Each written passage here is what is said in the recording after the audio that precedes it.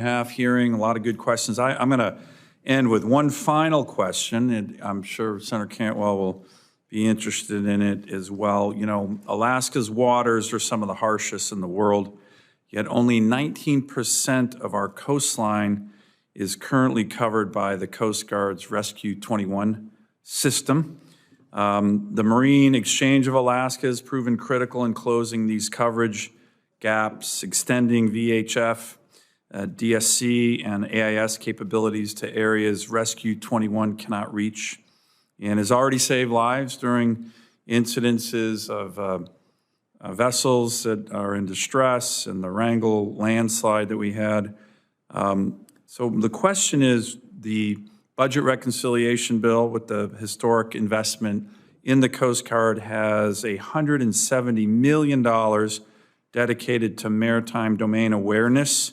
How is the Coast Guard planning to utilize that and continue to leverage partnerships like the Marine Exchange that I mentioned to rapidly expand coverage for communications and the Coast Guard's rescue system to ensure real-time safety communications across Alaska and high-risk maritime environments?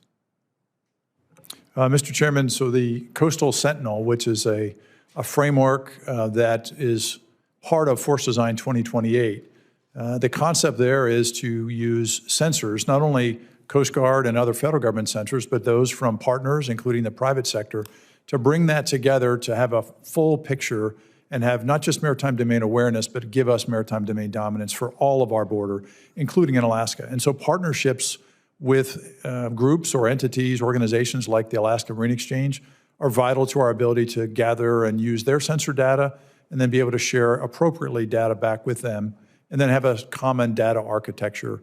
That partnership or those partnerships are vital to our ability to be successful with achieving maritime domain dominance through Coastal Sentinel. Great.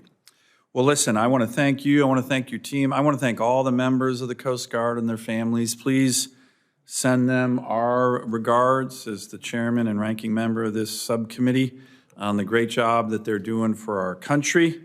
And hopefully we're going to get through this budget funding event in the next 24 hours and fund the Coast Guard. I can't think anything more damaging to have a shutdown that would hurt our Coast Guard members and their families. I also want to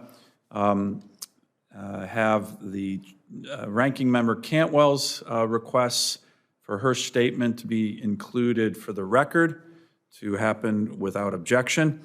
And Admiral, thank you for your important testimony today. You did an outstanding job.